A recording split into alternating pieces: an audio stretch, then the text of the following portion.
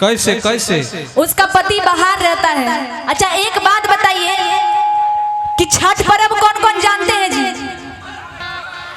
अपने बिहार के लिए एक गर्व का त्योहार है ये। चाहे इंडिया से बाहर कोई किसी का लड़का नौकरी काहे नहीं कर रहा है, भैया जरा ध्यान दीजिएगा, सिटी कंट्रोल कीजिएगा भैया, साउंड वाले भैया जरा ध्यान दीजिएगा। चाहे लड़का देश विदेश क्यों ना चला जाए, लेकिन छठ में वो लोग घर जरूर आता है।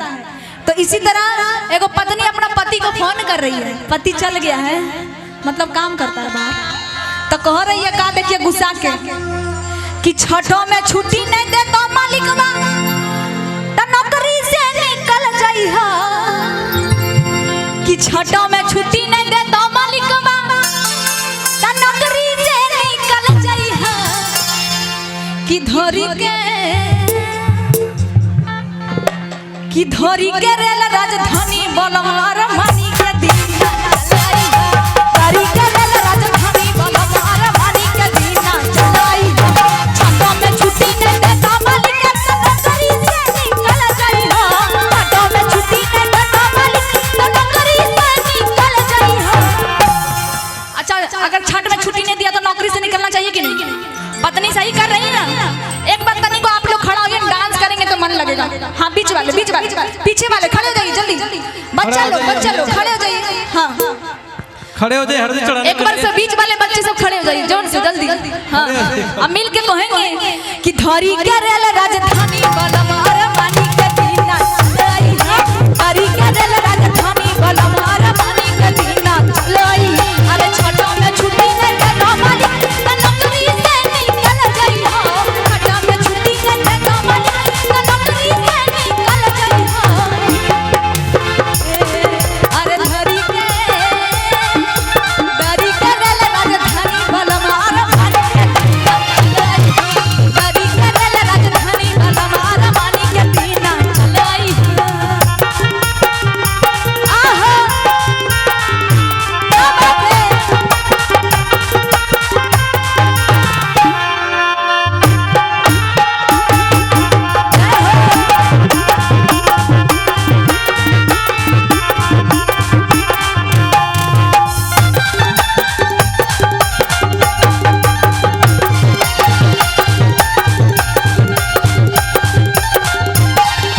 छठ पर्वाई के लाइन काटा, जल्दी से बुक कराना टिकट, ठीक है। छठ पर्व देखो आई गेल निकटा, जल्दी से बुक कराना टिकट,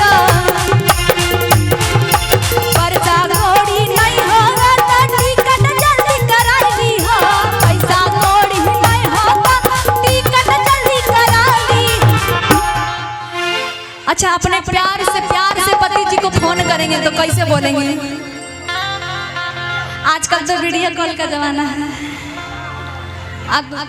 कोई पत्नी सच में सोचती है कि मेरा पति आ जाए बाहर गया, और कोई झूठो नाटक कर दिया हमारा यहाँ झगड़ा हो रहा है झूठो, लेकिन कोई बहाना से वो पत्नी का प्यार रहता है कि पति बाहर से मेरा जल्दी आ जाए।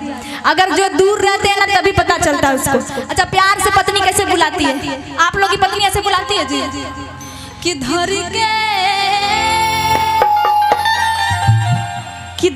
के रेल राजधानी बलवार मानी के दिन चलाई है।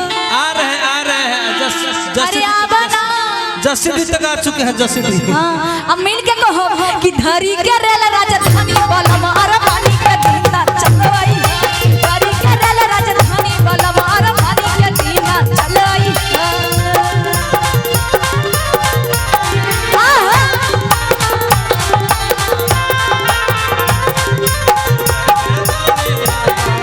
क्या बात है।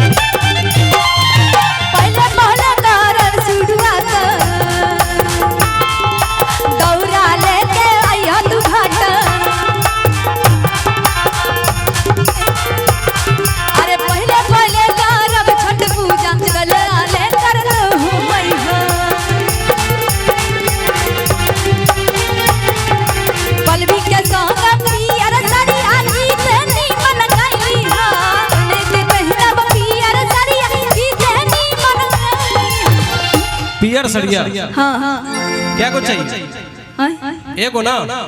पीला साड़ी पहनते हैं छठ में। अच्छा ठीक है, हो जाएगा। और कुछ चाहिए? केला उला, केला उला नहीं। नारियल, नींबू? लेकिन चाहिए तो बहुत कुछ, पहले आप आएंगे तब तो।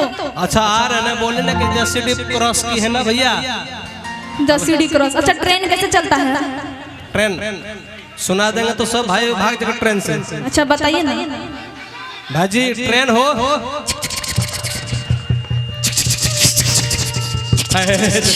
पक्का ट्रेन के ड्राइवर हो तो अगला जन्म में हूँ।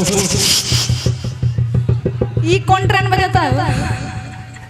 बड़ा बड़ा डिग डिग डिग डिग डिग। ये पहले जमाना के ट्रेन रहे, कोयला वाला। हाँ अब तो कनी मनी आज ज्यादा पैसा वाला ट्रेन पर चढ़ता है, ज्यादा पैसा का टिकट कटा के, ओकरा तो कुछ बुझावे नहीं करता है। आराम से शीशा बंद एसी वाला में चल के, और नहीं तो फिर एने ओने झूल झाल के ट्रेन में जाना होता है। पता नहीं हमरा पति टिकट मिला है कि नहीं? मिल गया है, मिल गया है। अरे मिल गया है काजी। हाँ तो फिर भी इतना लेट काहे हो रहा है? कि धरी के रेल राजधानी वाला मोर मानी के